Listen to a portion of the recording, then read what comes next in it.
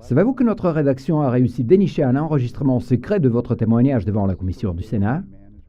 J'espère que vous réalisez que si vous le savez, c'est parce que j'ai décidé que ça se passe comme ça. C'est-à-dire, c'est vous qui provoquiez les événements. Pourquoi? Mettez l'enregistrement et je vous expliquerai tout après. Je vais répondre franchement à toutes vos questions, mais j'insiste que mes déclarations ne soient pas révélées au grand public. Bien entendu. Veuillez arrêter toutes les caméras et tous les journalistes sont priés de quitter la salle. Posez-moi vos questions. Ces dernières années, le nom de votre banque a été impliqué dans un scandale. L'institution que vous représentez est montrée du doigt comme coupable de la crise en Europe et tout particulièrement en Grèce. C'est vrai.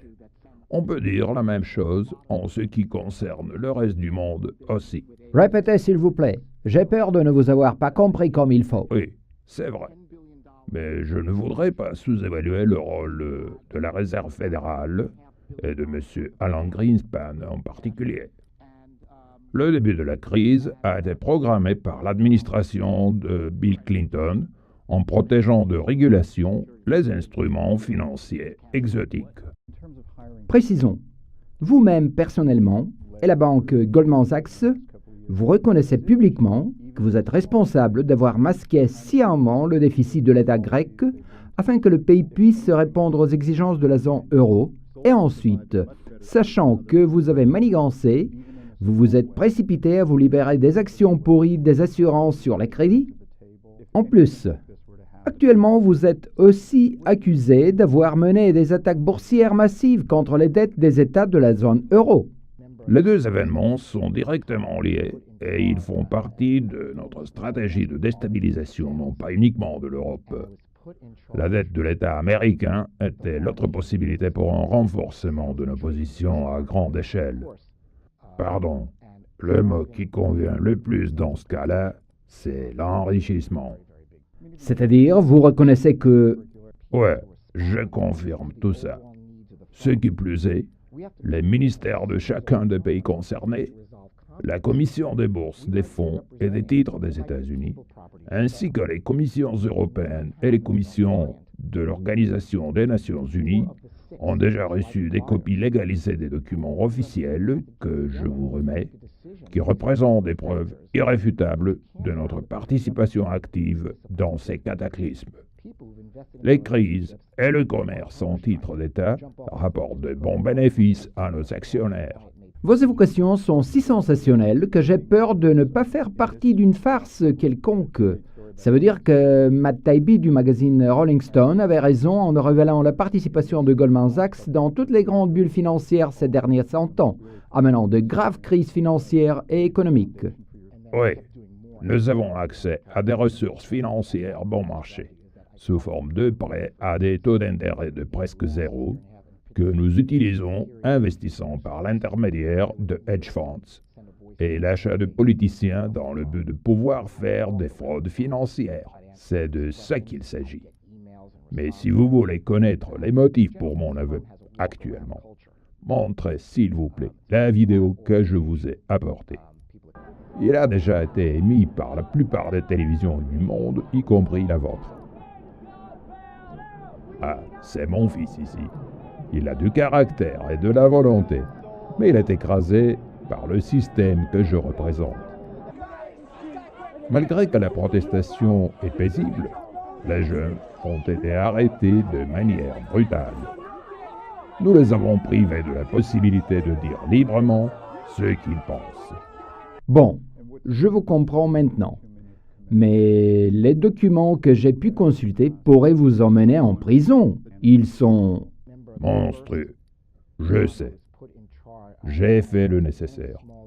Mes avocats ont conclu un accord pour une immunité absolue avec tous les pouvoirs judiciaires dans la plupart des pays concernés.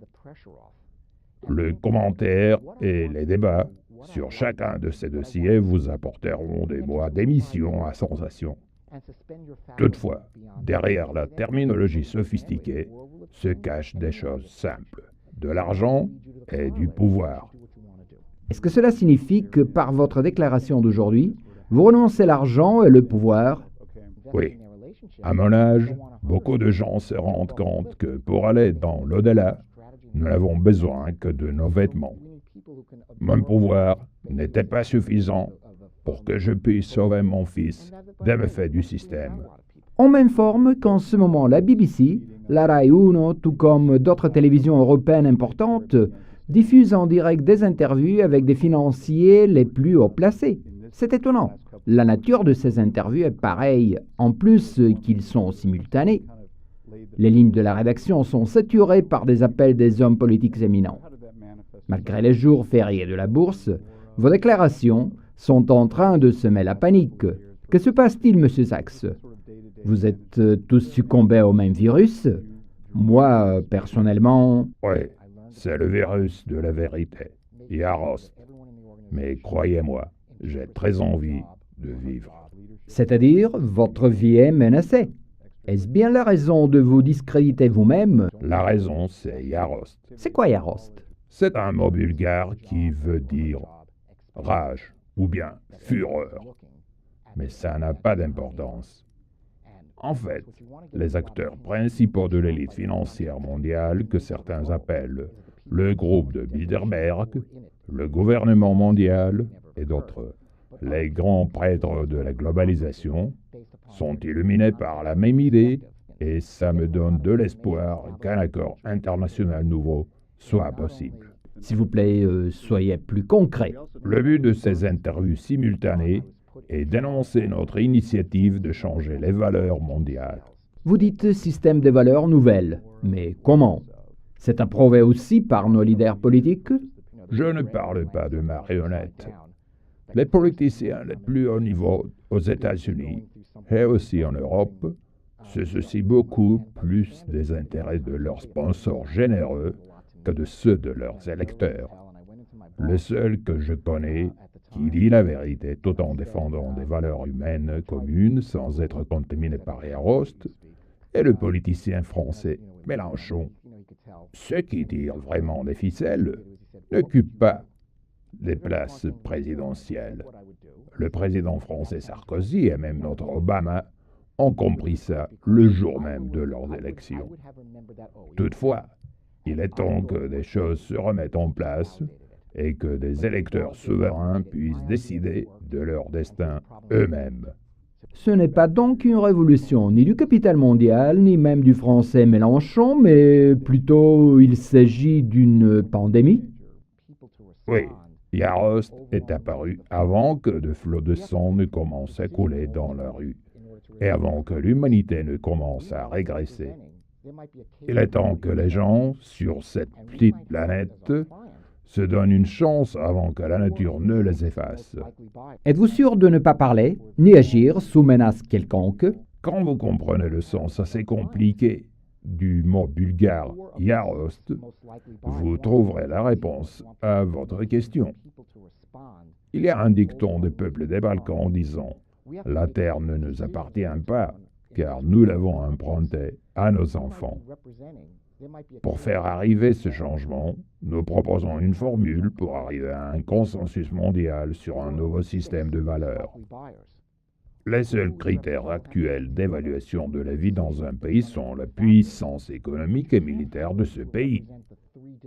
Si nous ajoutons ces deux critères aux nôtres, nous arriverons à 7 éléments égaux, systématisés selon le ressenti subjectif des gens, leur mode de vie selon le lieu où ils habitent, que ce soit un village, une ville, une région ou un pays. Premièrement, la paix de l'âme qui comprend tout qui contribue ou pas. Deuxièmement, le milieu environnant et notre empreinte sur lui. Troisièmement, le plaisir d'une action ou d'une inaction, du travail, de la maternité, de la retraite, du chômage, etc.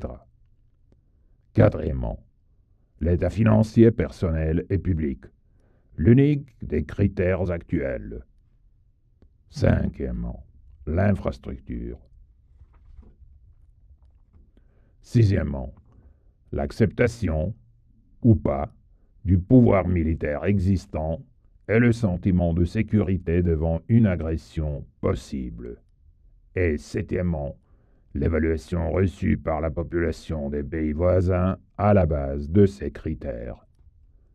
Tous les 7 critères seront classés par des indices allant d'1 à 20. Quoique subjectifs et variables, ils vont refléter l'opinion des gens sur la qualité de vie qui leur serait proposée par l'État ou la communauté respective par rapport aux critères dits de base. Grâce aux nouvelles technologies d'information, sera créée une agence statistique internationale pour sondage et analyse de l'opinion publique. C'est grâce à ces 7 critères de base et sur les données ramassées que changerait le rôle et l'influence de chaque État membre de l'ONU. Le droit de vote de chaque État membre serait proportionnel aux résultats obtenus. D'après vous, c'est ça le nouvel ordre mondial? En tout cas, c'est notre vision des choses. Chaque pays organisera des débats suivis par des référendums. Toutefois, les sondages de l'opinion publique que nous avons menés dans tous les pays jusqu'à présent montrent que ce sont des critères communs pour tous les pays, acceptés dans les pays arabes, en Amérique latine, en Afrique, par tous les peuples. Pourquoi donc ces débats, étant donné que c'est toujours votre clique qui décide tout d'avance? Expliquer et instruire. Le but du référendum est que les gens puissent décider eux-mêmes s'ils veulent faire partie de cette nouvelle organisation mondiale. Nous avons assuré le financement de ces processus. Nous sommes prêts à inclure tout autre critère nouveau dans la mesure où il est approuvé par la plupart des pays. Qu'est-ce qui va nous garantir qu'une fois de plus, vous ne vous êtes pas trompé et que ces critères seraient acceptés par la majorité des gens? Nous avons de l'expérience à manipuler l'opinion publique. Au moins, nous allons changer de voie en sachant que celle que nous poursuivons maintenant nous mène inexorablement vers le précipice. Nous devons faire confiance à nos enfants. Si nous nous sommes trompés, ils trouveront une autre alternative qui leur permettra de vivre ensemble en paix. Les débats sur ces critères seront sans doute longs et compliqués. Ne croyez-vous pas que vos révélations scandaleuses déplaceront le feu du projecteur du consensus?